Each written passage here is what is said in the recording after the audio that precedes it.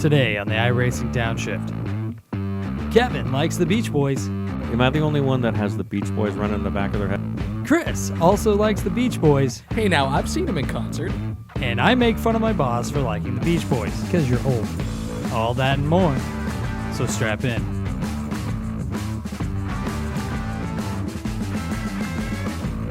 Welcome to the show, guys. Greg West here with the boys. Kevin Bobbitt, Chris Leone. We've got another great show for you today. Super stoked to have Tony Gardner joining us here in a little bit, president and CFO of iRacing.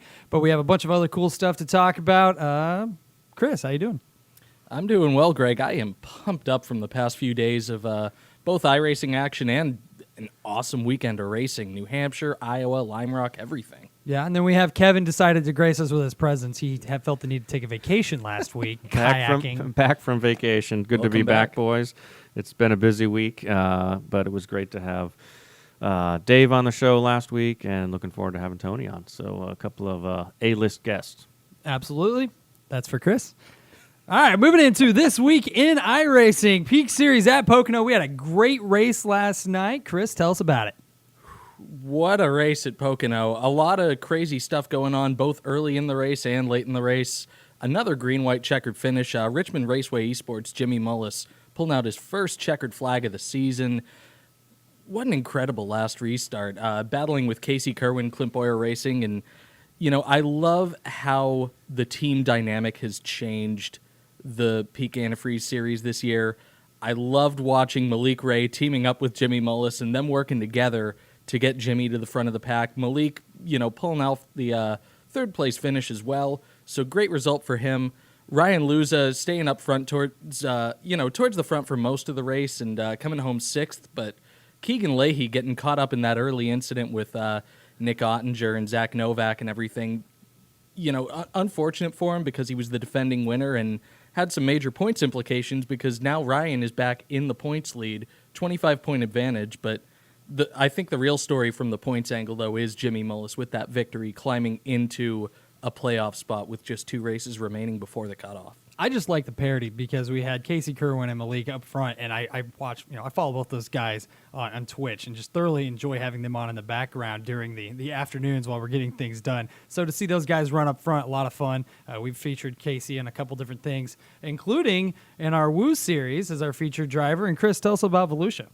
Oh, Volusia, another exciting one. 5 different winners in 5 weeks from this World of Outlaws Morton Buildings Late Model World Championship. Wow. Good job. Got to get those sponsors in. Come on, our sponsors do so many great things for us. But, Dylan Fox leading D1RT back to the, back to the front of the pack. And what's really been interesting to me is we saw the Sprint Car Series earlier this year, and it seemed like the top guys in the Sprint Car Series really didn't have a lot of bad races or anything like that. But now, a couple of weekends in a row, we've seen guys that have been atop the standings that have just gotten bit. Alex Bergeron, a couple of weeks ago, gets caught up in a wreck, last in the main. Blake Cannon inherits the points lead, misses the main entirely at Volusia. And now it's Kendall Tucker, his Swindell Speed Lab Esports teammate, who's up front. And Kendall's still looking for that first victory, and we'll go to Kokomo, and maybe he can make it 6 winners in 6 races. But, the trend has been really interesting of seeing these points leaders. They get the top spot, and then immediately something bad happens. So I know Kendall's going to be hoping to break that streak. I'd like to get Kevin's take on this because we have 2 dirt series with Woo. We have the 410 sprints and we're running the late models now. Do you think it's because they're totally different animals to drive? I cannot function on the track in a late model. I don't know how to make it go at all. Do you think that the difficulty difference between those 2 cars is causing this parity? I think it's just the quality of drivers we have. I mean, I think it makes the series more interesting. I think it's a good thing that we have different winners. You know, it's why we have a championship. It's why you run a 10 or 11 or 12 race series and not just one race and crown a champion. And to have the parity, to have different people running up front, different people running up front in peak, it's all good. The Porsche Super Cup Series, the Esports Super Cup Series, got that wrong. Sorry, guys. Chris will correct me. Sebastian's listening. Yeah. But to have different people running up front I mean, you see the regulars, but you see a mix of new people, and I think that's great for all of these series because it just shows we really do have the best drivers, and all those guys are really top notch. Yeah, it seems like every year, or not every year, every season, we're not just re-upping, we're reloading, and the talent keeps building, and we really can safely say we have the best drivers in the world. 10 years ago, when we had started some of these World Championship series, it was the same 2 or 3 guys up front, and that was it, especially on the road side. You guys, we won't get into names, but you know who was running up front, and it was the same guys every week. And I think it's more exciting to see a mix of people. No doubt, and I think Kokomo, especially for the late models next week, because it's so different from every other track that's on the late model schedule. And you know, the guys on Monday night, they were doing the post race interviews, and they were all really wary of Kokomo. A lot of them not too. I don't know. It seemed like one of those races that they feel like, well, if I can just get through Kokomo. But I think that's going to reward a driver who takes a lot of risks. I think that's going to reward a driver who's willing to be, you know, really toe that line between aggression and, you know, playing it conservative. Speaking of risks, moving in to Nim's Tip of the Week. Every week we talk with iRacing's chief steward, Nim Cross, on trends that he's seeing on the steward side of things. And this one's a big one. It actually ties back to the iRacing Indy 500 earlier this year where we saw some of these issues. It's talking about people that are getting ready for a race and developing a setup for hot lapping versus developing a set to actually run for an extended period of time on the track. And I think we saw that a little bit with the iRacing Indy 500 this year, and we've seen it with some of the other special events, is people have a quali set, and then they're just putting a little more gas in it and going out there and racing with it. And once those tires start wearing, things start going awry. Yeah, well, I mean, racing's all about getting to the checkered flag first. It's not about being the fastest car on track. There's a lot of stuff, especially in long races. The Indy 500 goes on. It's 500 miles, right? So a lot can go wrong. You're in traffic. Even if you're the leader, you're in traffic. Same thing for pretty much any series. You know, Nim comes up with these topics when we talk to him because a lot of what he does is coaching with members, especially new members who come in. Maybe they're used to playing a different game that has kind of a different experience, different expectations. And our goal is to make iRacing more fun, more enjoyable, and better for everybody. And, you know, I think we've said it before, most incidents, 99% of them are not malicious. They're actually mistakes. So usually they can get fixed by coaching sessions. So that's where we come up with some of these things from Nim. And this is yet another place where iRacing, just like the real world, I remember growing up as a kid watching qualifying for the Indy 500 back when everybody would just throw together whatever equipment they could put in a car, and you could basically have run 2 Indy 500s if you wanted to with some of the entry lists. And some of the cars that would make it were cars that really were just set up for qualifying. And my dad used to call them grenades because they'd have these qualifying motors that would put them up in the, you know, top third of the field, and then they'd go out on track, and 20 laps later the motor would just blow. And I remember there were even some really big names in one-offs that would just have that happen repeatedly. And same is true here. You can't just set up for qualifying. You've got to have a much better setup for a longer race than something that's just going to get you through 2 to 4 laps. Moving on, this week's special guest, super stoked to have this interview with Tony Gardner, is brought to you by SimLab. SimLab, sponsoring the SimLab Production Card Challenge. Richard the boys have put together a great prize pack where one random winner from both Season 3 and Season 4 of this year will win one of their P1X Sim Racing's chassis, valued at about $700. I'm super stoked. Got my order in last week, and looking forward to getting it here in a couple weeks. Should be a good time. But without further ado, welcome, Tony Gardner. All right, guys. Well, I'm super excited for the second week in a row. We've got a powerhouse guest. Tony Gardner, president and CFO of iRacing, has graced us with his presence. Tony, how you doing today? I'm doing great. Glad to be here. Thanks for having me, Greg and Kevin. It's my first podcast, and it's going to be hard to follow the godfather of sim racing, Dave Kamer, but I'll do my best. Well, Tony's the most popular guy in the office today because he brought donuts. So no one's going to say anything bad about you, I assure Yeah, you. they go right to the biceps. Something like that. Yeah. Now, Tony, you've been with us, a long time. Can you kind of tell us about how you got involved with iRacing when it was more of a project than it is, what the entity that it is today? Yeah, I won't go back too far and bore you with my whole career, but I worked for a lot. I've been in the software industry for a long time, which sort of helped lead to this.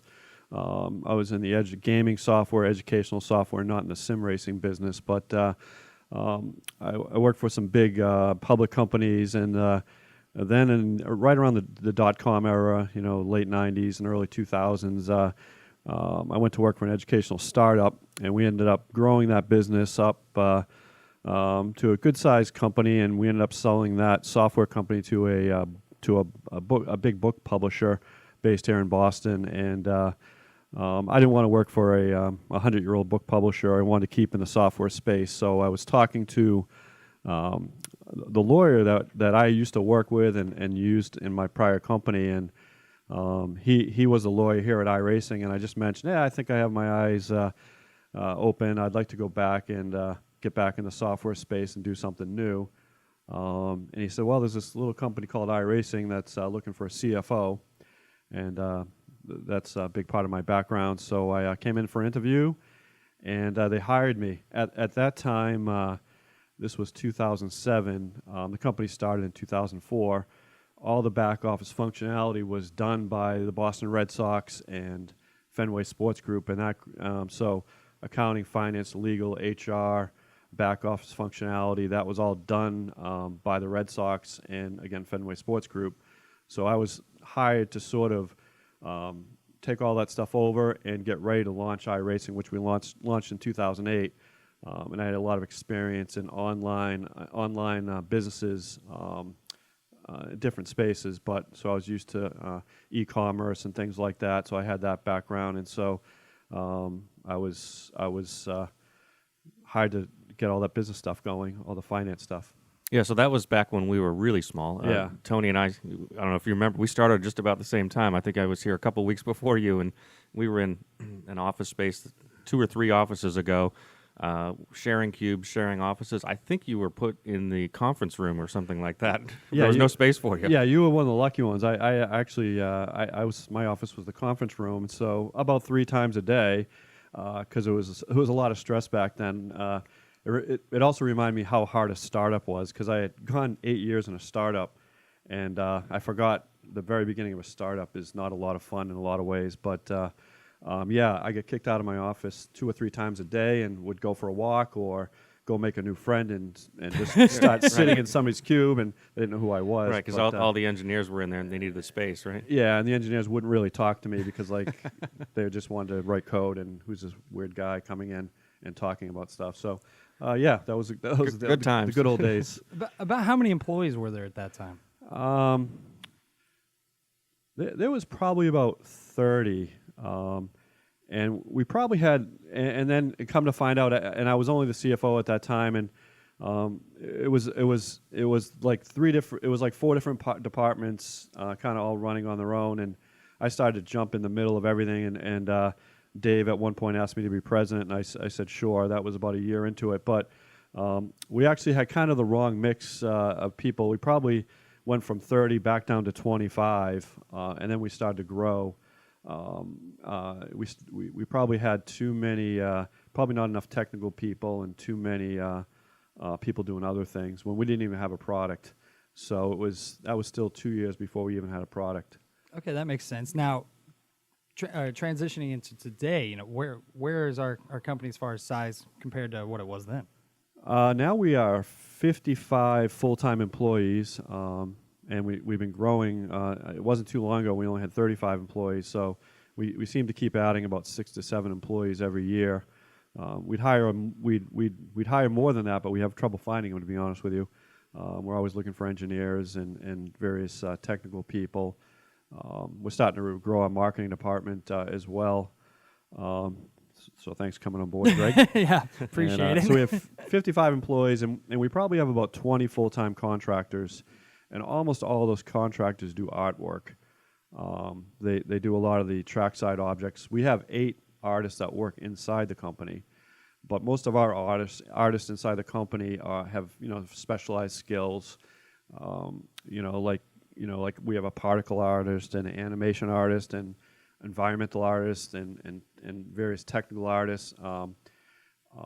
The artists inside the company also do most of our cars. So we outsource the trackside objects. In fact, some of the car manufacturers won't even let us outsource the artwork because they're so worried about the CAD getting outside and things like that. So we tend to do most of the cars ourselves, and the trickier stuff like the particle stuff, the animation stuff, most of that is done in-house. It's understandable why the manufacturers wouldn't want to give out, trade secrets to just anybody, Joe Schmo on the street. Right. So you say that we're growing right now, but we're not just with numbers, but we're also moving to a new space, right? Yeah, this is our third office space, right, Kevin? I think so. This is our third. Third yeah. one I've been in anyway. Third Yeah. one, and we're completely full. We don't have one cube, one office. Greg open. got the last space. Greg got the last space. I got the storage closet. Yeah. Yeah, exactly. And so we leased a new office, and it's about 50% bigger than this office. It's about 10 miles down the road here in Massachusetts, and we're moving in this fall, and we're excited about that. It's going to be really nice, and we're actually going to have a broadcast studio in that new office. So we're sitting here leaning over a card table and doing this podcast. So we're going to we might even do a little bit of broadcasting ourselves. But we'll have a better space to do things like this, and you start to realize that we're not only a software company, but we're a hobby, and we're an entertainment company, and we're trying to build a community. So doing things like this is important to us. So switching gears a little bit and talking about the business itself, there's always the rumors going around whether things are going through the roof or whether we're on our last leg. But right now things are pretty good. Yeah, things are very good. In fact, they've never been better. I don't know if the 55 employees and 20 contractors was about what people thought, but that's our size. As far as revenue, we're probably quite a bit bigger than most people think or would estimate. We do have 90,000 active customers, and our revenue growth and our customer growth has been double digits, way past double digits for the last 3 years. We've been growing at 25% a year for the last 3 years. We've always had steady growth, but it was more 10% growth, 15% growth, 7% growth, depending on the year. But we've been profitable for the last 8 years. And that's why we keep reinvesting, and that's why I keep saying we hire more people. Engineers are expensive, but every year we get bigger, and we move a little faster. I hope people notice that. For example, a couple of years ago, we brought in a second art studio, and we keep hiring more people and trying to move faster. We know that we have a long list of things to do, and we realize that those are opportunities for us. So we'd like to get to, just like our customers, we would like to get to those things more than anybody. So the company's doing really well. Yeah, that's something that I think people don't realize. We're not holding back features and content. They are ready. When they are ready, they're out the door. It's just we are limited by time and manpower at this moment. Yeah, we're going as fast as we can. Takes all these. I talked about the artists a little bit, the specialized skills, but everyone here has very specialized skills, and this code base is very complicated.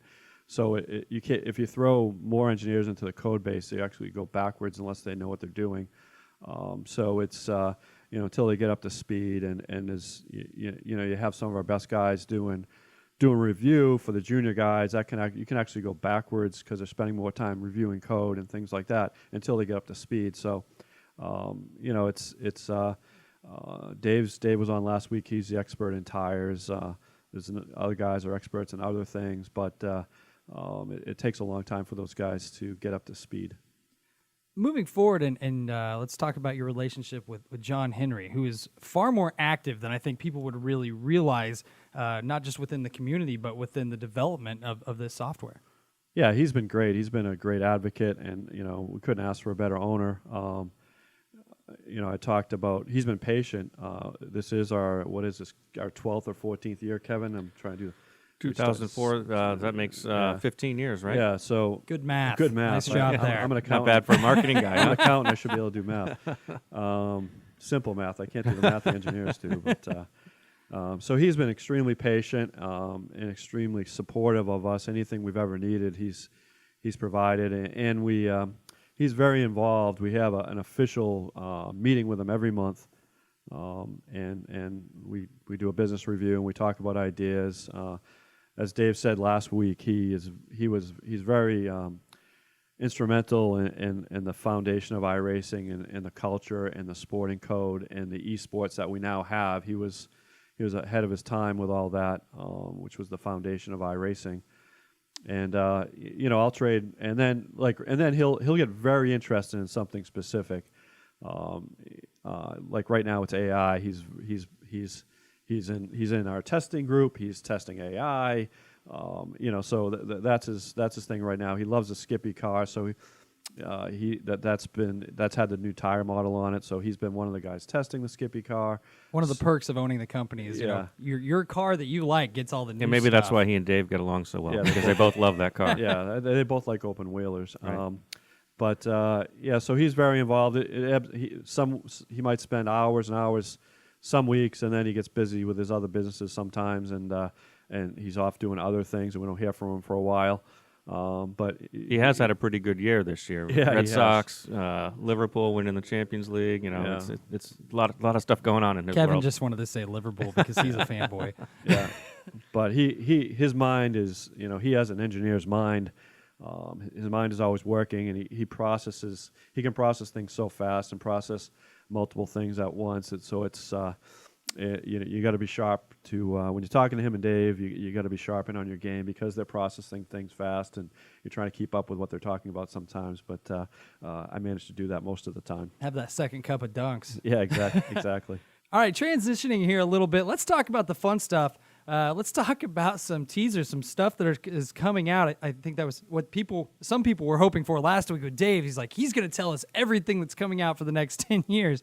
But we are going to talk about a little bit of what's on the horizon for the near future. You're probably the best person to discuss that. Yeah, I'll talk about some of the things that are coming in this build. I think we're trying to get away from talking about things that we're working on that might be not this build or 2 years down the road. We try to give a general idea of some of the bigger things like AI, the sound engine and the damage model, but try not to get too far ahead of ourselves, because if we say something and plans change for a variety of reasons, then people get upset. But I'll tell you what I think is going to be in this build for content. The TCR car, the touring car that everyone's wanted for a long time, it's the Audi RS3. That I think will be in the build. I'm pretty sure that will be in the build. Alex Horn was actually up at Lime Rock taking pictures for our art department. Yeah. We have some stuff coming out later this week. Also, Yeah. Dave waving the green flag. It was a good weekend at Lime Rock for us. So we're excited about that. People have wanted a touring car like that for a long time, and we finally got our hands on one and got the license and got the car and got everything we needed to get it built. So we're excited about that. Barcelona is looking good. The circuit to Barcelona, Catalunya, I guess is the Catalunya.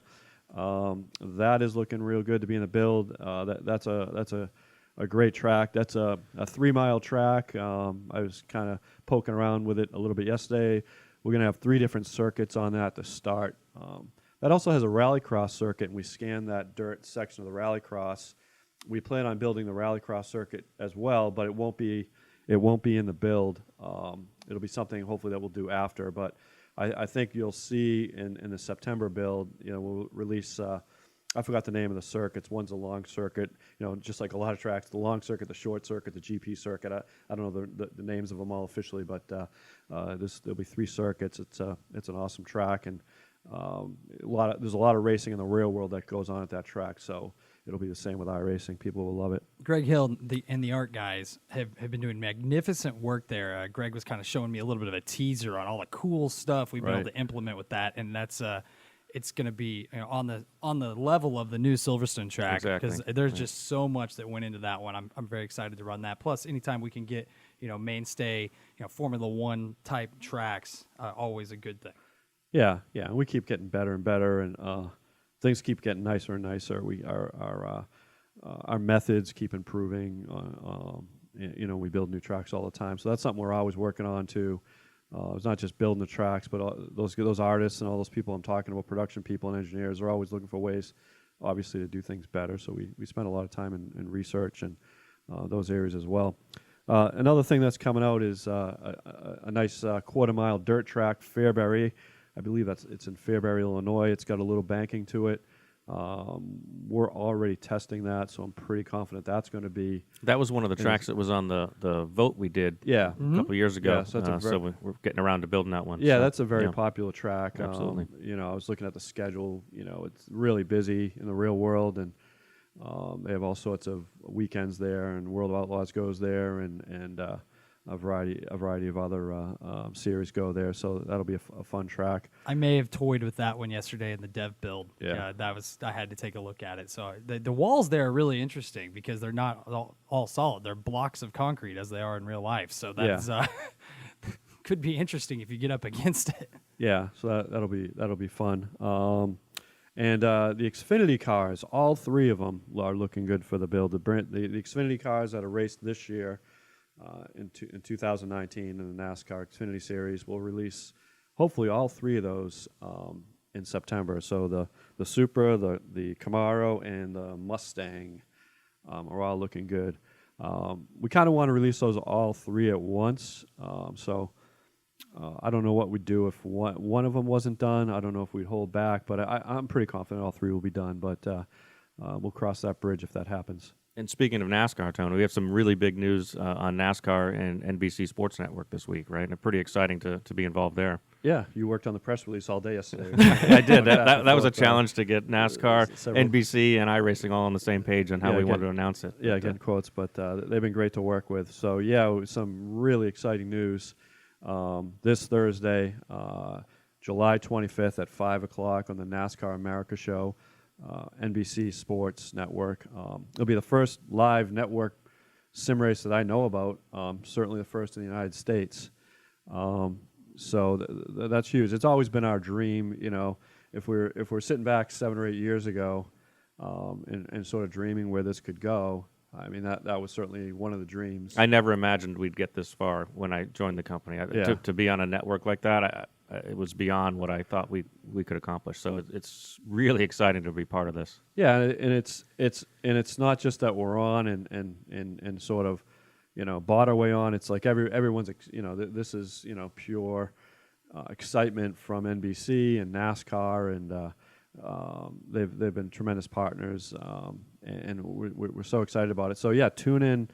I don't know when this podcast going to go live, but we'll get it out. We'll I'm sure we'll have a replay of it or something if you can't see it live. But Thursday, July 25th, 5 o'clock, NASCAR America show, and it'll feature our peak drivers. Which and we had a race last night, another good race last night. And also Parker Kligerman will be in the race as well. He's one of the hosts of the show on NBC Sports Network. He's not a peak driver, but he's a pretty good driver, so it should be interesting. He drives the NBC branded car. Right. Surprise. Right, and we're already talking about there's already sort of a plan to do more of these races and evolve. So esports. Racing esports are growing fast. So, but interesting to note that it's not just like you said, this isn't an ad buy. This is something that NBC Sports Network wanted to do. It's a true partnership, right? It's content that they find compelling and that they think that their viewers will want, and they want to grow their esports presence. So it really works well for us. Yeah, absolutely. Yeah, I couldn't have said it better. So it's very exciting. I want to circle back to esports because we're becoming iRacing and esports are starting to become synonymous, which is a cool thing to be involved with. When do you think the transition happened from us being, and I'm going to get roasted on this, a video game to an esport entity? We've always had that online model and where you're racing against real people, but when do you think the transition happened where this became a viable part of the business model? Right. Honestly, I think the rest of the world is catching up to us. I think we've always been an esport. That was what we designed and that was what we built, and we were an esport before anybody used that term. So I think it was sort of always kind of our, you have these silly 5-year plans, but it sort of was our plan that, that the rest of the world and would sort of catch up to us, that they would realize that sim racing it's great to prepare for a race using a simulation, but it's also a sport in itself, and there's really nothing better than racing to simulate the real, sim racing to simulate the real world, and it's just a lot of fun, and the competition is awesome. And so it just translates really well, and we always felt that was the case. So I think sort of the rest of the world and industry is sort of caught up to that. Yeah, I agree. But it's kind of been, there wasn't a switch where it flipped and everybody said, oh, iRacing is this now. We've always been this. We've gotten better at it, but we've always done this online. And it's just kind of been, I think one thing that's helped a lot is that the younger generation of racers have grown up with iRacing. And it's just, when I started with the company, it was we would go out and talk to racers and say, hey, you need to do this. And they'd say, what is this? And now young racers come to us and say, hey, your product's awesome. I've been using it since before I even got in a go-kart or a Legends car or whatever it is they race. So it's really woven together with the younger generation. It's just part of what they do. Right. Just like they go to the gym or they have, they eat healthy or whatever they do for training, iRacing is part of that naturally. Right. Even the business people we're talking about, they grew up with sim racing, so they know what it is now. So it's kind of funny. We used to chase everybody down. Steve Myers heads up our licensing, among other things. But Kevin gets involved. I get involved in that as well. And chase. We used to be chasing people down and begging them for a license, and now people are coming to us. Right, we'd beg them for a phone call, right? Yeah, beg them for a phone call. Yeah, I mean, how many years did we try to get the Porsche license? Right, right. And now look at that relationship, right? Yeah, I mean, it's really a partnership, and Right. It's not just a license. There is licensing, but Right. it's a partnership. They view it as something that's important to their business model, just like we do. So it's cool. Yeah, so it's caught up. And the cool thing is, the bigger we get, the faster we grow, because our best advocates are our customers. We have 90,000 active customers. And they're our best advocates. It's almost like the bigger we get, the faster we grow. That's our model works really well like that. That's why I think the last 3 years we've been experiencing the best growth we've ever had, and so that's pretty neat. And I think our product, obviously, at the end of the day, the most important thing is our product. And we could go through what's the highest priority in those regards, but the product is always going to be our number one priority. We're not going to be able to market our way to success. The way to success for us is to keep building a better and better product. Yeah, word of mouth seems to be the most successful advertising as we have. It's also pretty cheap, so that's pretty cool. Yeah, too. it's like, let's keep we have 90,000 advocates. Let's try to keep them happy and keep them telling their friends about us. With this explosion in growth, obviously there's a lot of opportunities, but I'm curious what you're most excited about moving forward as our opportunity set continues to grow. Yeah, in other, honestly, in other companies, you get a $2 million sale, you get a new contract. For here, it's a lot of, it's 20 things moving forward. So it's a lot of little things here. So there's not this one day where we land this $5 million contract or something like that we've all been working on. It's there's some guy here that's been working on the damage model for 4 years, and I'm really excited about that. But he's been working on it for 4 years. Same with AI. There's a guy that's working on that for a couple of years, or whatever the case is. And so it's a culmination of all these little things that I'm excited about. What I'm really excited about is what we're trying to do is trying to make iRacing more accessible to a larger market. We're never going to change what we are. We're always going to be a simulation, but things like AI and making our user interface better, onboarding. There's so many things we want to do, but we definitely want to make iRacing more accessible to a larger market, and that's an important focus for us. I know that we have another project that's not as sexy as putting out a Yeah. new car, a new feature, but Randy Cassidy and working to make our Australian users and getting their ping rates lower. It's going to make a better experience for everybody. Yeah, that's a small example. People don't realize that we have one of our most experienced engineers, most senior engineers, working on trying to improve ping rates. All that networking code is incredibly complicated, and we don't take that for granted. We're always trying to improve all that back office functionality and the architecture behind iRacing.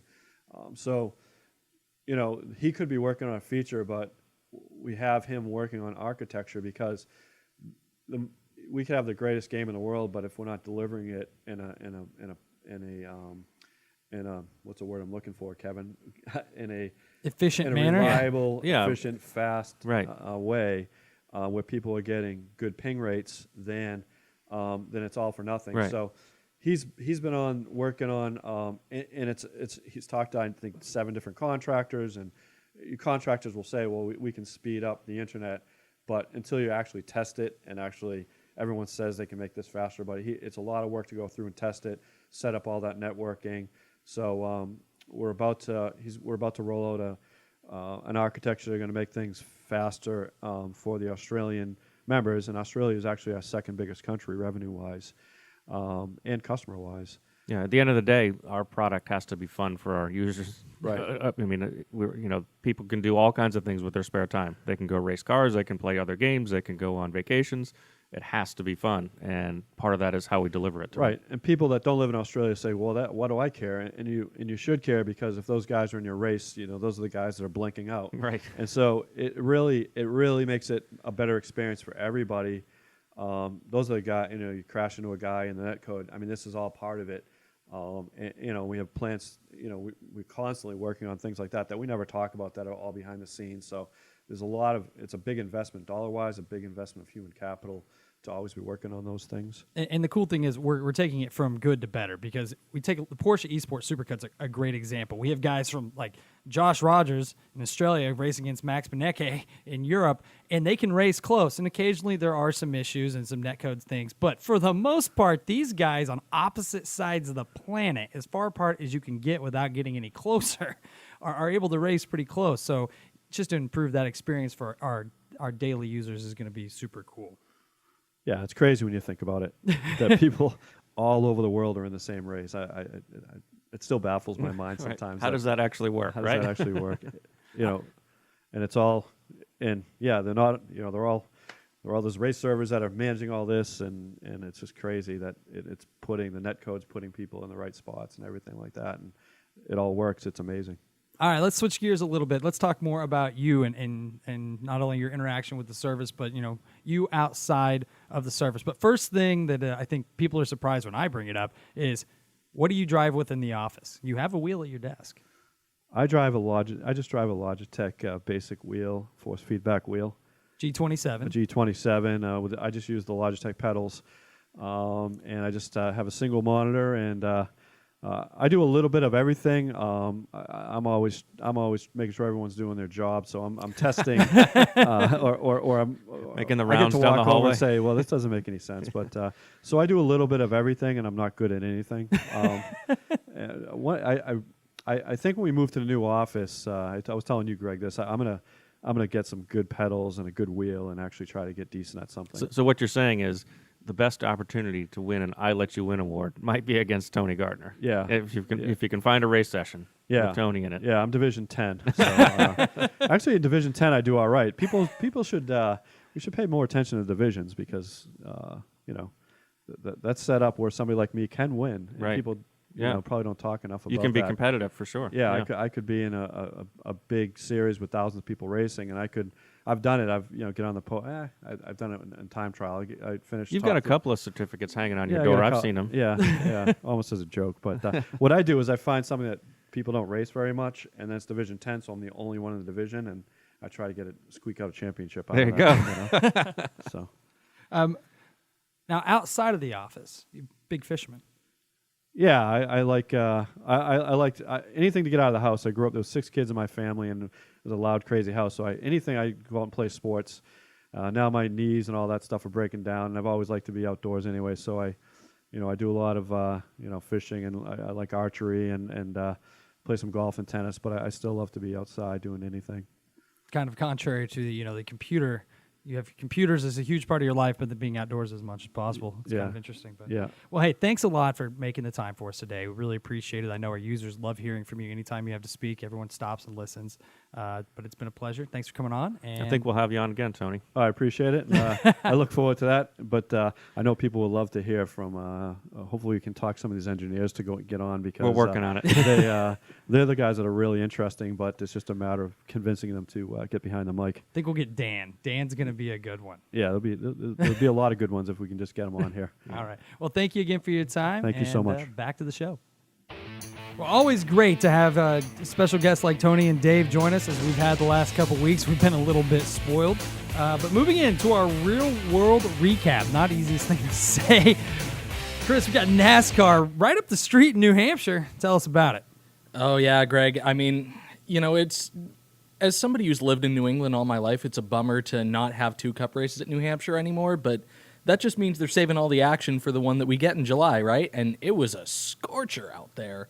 You know, some of the temperatures, I think I saw Matt DiBenedetto lost about 10 pounds of water weight during the race, but Kevin Harvick finally taking a checkered flag for Stewart-Haas Racing. I know a lot has been made in recent weeks of, I think, their longest winless streak to start a season ever, but we knew that Kevin Harvick had it in him. I mean, he was well clear on points of the playoff cutoff before getting this victory, but, you know, finally taking that checkered flag and, you know, getting the lobster in victory lane and making his kid kiss it. Yes, yeah, that might have been the moment of the weekend right there.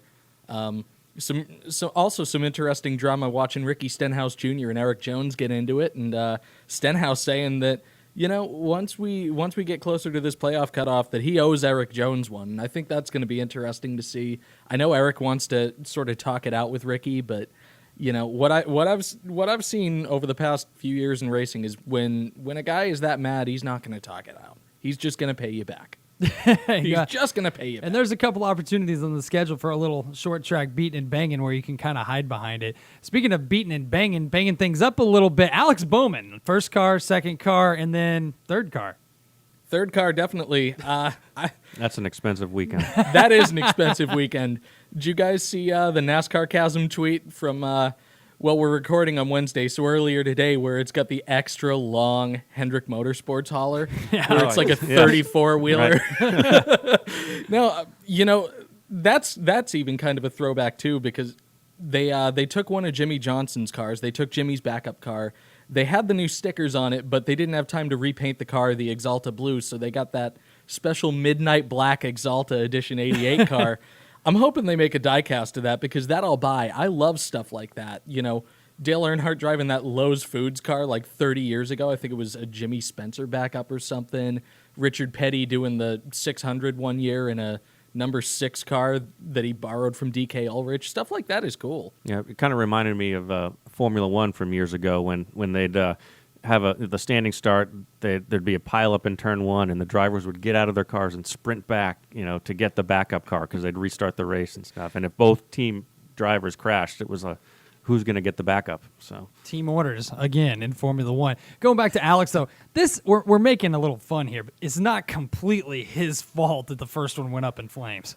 No, it definitely wasn't. I mean, and that's just kind of a freak deal. And Alex was far from the only guy who had to go to a backup car over the weekend, and he was far from the only guy who had some troubles. I know that Kyle Larson had to go to a backup. Austin Dillon just had such a tough race as well. Just the problems started early and they came often. You know, New Hampshire's a tough track. It's very different from a lot of the other tracks in the schedule, but what we saw is, especially with this package, it put on some really good racing. And again, that's why it kind of bums me out that we don't have a second race, because I think it would be really exciting to see how they would drive with this package in September, learning what they've learned in July, you know, the playoff drama that comes into play that late, everything like that. yeah, I missed a second race too because the one in September always had better weather. It's so hot in July. Speaking of hot and steamy, we also had IndyCar at Iowa. I was there, and that was a heck of an event.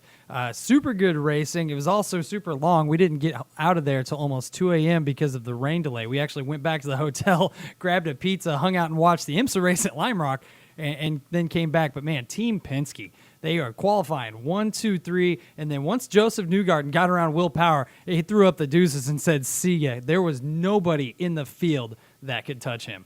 But the race was good, but you came back with a big smile on your face because you got to do something special while you were out there. I did. I got to ride in the 2-seater. This has been a long time coming. Shout out to Arnie over at IndyCar. He really got me set up and showed us a really good time, got us down on pit road, and got to meet a fanboy that broke the iRacing rule. I met James Hinchcliffe and sent Leslie a selfie with him. Shout out to James if you hear this. Really appreciate that. You got me a lot of brownie points at home. But super cool experience. I'd never been down on pit road for any race, let alone an IndyCar race. And this summer's been shaping up pretty good. I mean, NHRA a couple weeks ago and IndyCar, and I'm curious to see what's going to happen next. So the new job's working out okay for you? You know, I'm not complaining. Not complaining. So You even got to see ARCA. I got to see ARCA, and that was actually pretty cool too. I learned something about rubbering in the track, and apparently IndyCars and ARCA cars the differences in tire compounds makes it really slippery. And then, of course, when the thunderstorm rolled in and track temperatures dropped 60 degrees, that changed everything. And seeing how the teams scrambled and to make changes and which teams could adapt, that was pretty cool. But a super cool weekend. I kept my accelerometer on my phone during the two-seater, pulled 3.2 Gs. That was pretty wild. But anyway, moving on. Speaking of IMSA at Lime Rock, Kevin, you're our IMSA expert. Kind of a home race. You guys weren't competing, but a heck of a race and a great finish. Yeah, my team wasn't there. This IMSA race is limited to the GT classes, so GTD and GTLM, which makes for great racing. It's really, it's the bull ring of the road courses, so it's fun for those. They don't put too many cars on track. What is it, a mile and a half or so? But it's really, it was a fun race. Porsche dominated for, 75-80% of the race, and then Ford won. So good for Ford, but yes, I'm a Porsche fanboy. But it's interesting because leading up to it, if you read any of the social media comments, everybody's complaining about BOP, which that never happens in iRacing, right? But BOP is obviously a very difficult thing, and people are saying, well, Porsche's, it's not fair because Porsche won 5 in a row. But again, it comes back to it's not always about the top speed or the fastest lap. It's racing. It was 2.5 hour race, something like that, and lots of things happen. Pit stops, tires, all that stuff. Ford was the first one across. They got the checkered flag. Good for them. What was really cool is there was multiple strategies. First full IMSA race I've watched all season, and seeing how all these different pit strategies played out, and then there was first through fourth came out toward the end of the race, just back to back to back. It's just funny how all that stuff comes together. So a really good show. Also really cool cars too. And not to forget the important part, but Dave Kemmer got to start the race with the green flag, which was pretty exciting. We put out a video a couple of days ago, and I think we need to upgrade our flag guy because Dave was spot on with his flag waving. He did not disappoint. There's been some rumors around the office of motion capturing that video and making Dave Kimmer the official new flag guy of iRacing. So he starts every race for you. Engineering, if you're listening, you're welcome. Moving into the week ahead, we have an incredibly cool story brewing. It's been coming together pretty quick. The culmination of 15 years of work here at iRacing. Kevin, you've been a part of it for a really long time. Why don't you tell us about it? Sure. Well, it's really exciting. NBC Sports Network will be broadcasting Thursday, 5 p.m. I don't know what channel that is around you. I think on DirecTV it's 220, but I don't know what you have for cable. And unfortunately, it's probably only available in the U.S. But it's the first broadcast of a esport race and live on network. So it's really cool. This is a collaboration between iRacing, NASCAR, and NBC Sports. All of us want this to happen. This isn't just something that we wrote a check to make happen. This is something that's important to everybody. Everybody's stepping up their game on esports. Obviously that's what we do. But NBC sees the value in it. NASCAR sees the value in it. It's going to be a pretty interesting race. A lot of the peak drivers will be in it. It's not a peak points race. We didn't want to interfere with the series championship and try something new. It's a shorter format. We'll be at Iowa. We also have Parker Kligerman going to be driving the NBC car. I believe he's driving the number 1. Is that right? I think we said number 1 because they typically do the year of the broadcast, but we have a number 19, Casey Tucker, in the Peak Series who is scheduled to Didn't want to give up his number, but Parker can wheel. Parker's a good driver. It'll be interesting to see how he stacks up against the Peak guys, but he's a good driver. And one was open. I mean, you gotta give your network partner who is doing so much to put this first ever live national network esport race. You got to give them that, throw them that bone there. Just to reemphasize, I think this is a really cool point that Kevin alluded to earlier. This isn't pay to play. This is a partnership that we've developed with NASCAR. It's been a lot of people putting a lot of blood, sweat, and tears into this over the last few years, and it's this collaboration has been a long time coming. Super excited to see this. It's going to be not just a one-off either. I think we're going to have a few races. Last Thursday? Last Thursday for the next last Thursday of the month for the next 4 months. So lots coming up. Make sure if you're home, watch it. If you're not, set your DVR or your YouTube TV, whatever you got. VHS, Betamax, whatever you got. Just keep in mind, the more people that watch this, the more likely we can do more things like this because NASCAR and NBC will see that, hey, people love this. So watch it. Even if you're not a NASCAR fan, watch it. We also have the Porsche Esports Super Cup at the Nurburgring, and they have had a bunch of really good races, a lot of different winners this year, and just a lot of fun to watch. This will be a great race. It's on not the Nordschleife. Thank you. That would be pretty interesting. So it's on the GP course. It'll be same format. It'll be very interesting. I'm excited for it. And then there's a long break. We've got kind of the summer break. Most of August is off. So I think that guys will be putting their best efforts in, trying to get some points before they can take a few weeks off and relax. Yeah, Jamie Fluke's going to be our in-car camera, our finger quotes in-car camera. We're actually going to see him racing. Should be a good time. Who's your pick for the win? Oh, man, I don't know. There has been so much drama in that series, and it's been so unpredictable. I know that a couple of drivers are facing the qualifying penalty coming in, so, and that every time that happens, that eliminates some contenders just from the very beginning for winning contention, and usually they work their way up to the top 10, top 15, but I don't know. I mean, I know Josh Rogers needs it badly just to reassert that dominance that he had earlier in the season and try to build that points lead back up, but I don't think you can make a prediction until after qualifying. I think Max Benecke's due.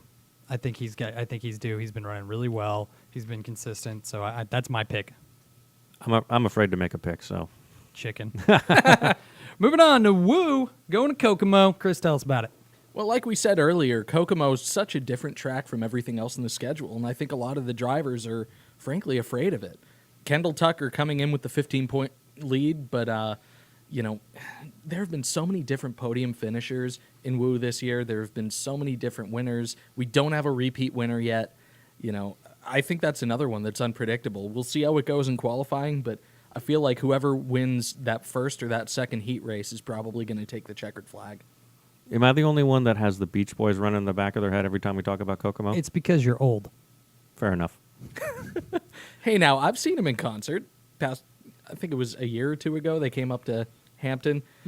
You're an old soul then. Yeah, but I was apparently the only person in the crowd who didn't know that John Stamos tours with them sometimes. I was the last to get that memo. Moving on to this week's Throw and Go Challenge. Kevin and I threw the dart. It landed on the 410 winged sprint. This is what we get when I let you throw the dart. Yeah, this was due. Well, you were on vacation, so we didn't have a choice. This was brutal. This was rough. Couple different strategies here. I said screw it and just went for it. I didn't care about X's, and I just wanted to go fast.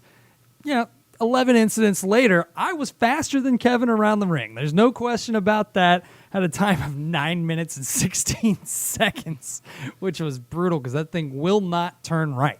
I took the approach of, let me just try to get around here and not wreck the car. I ended up with a time of 9:27, but I only had 5 incidents. Versus my 11. So And just a reminder, each incident point is a 10-second penalty. 10-second penalty, and also a reminder, we do not practice before we do this. It's literally throw the dart and go.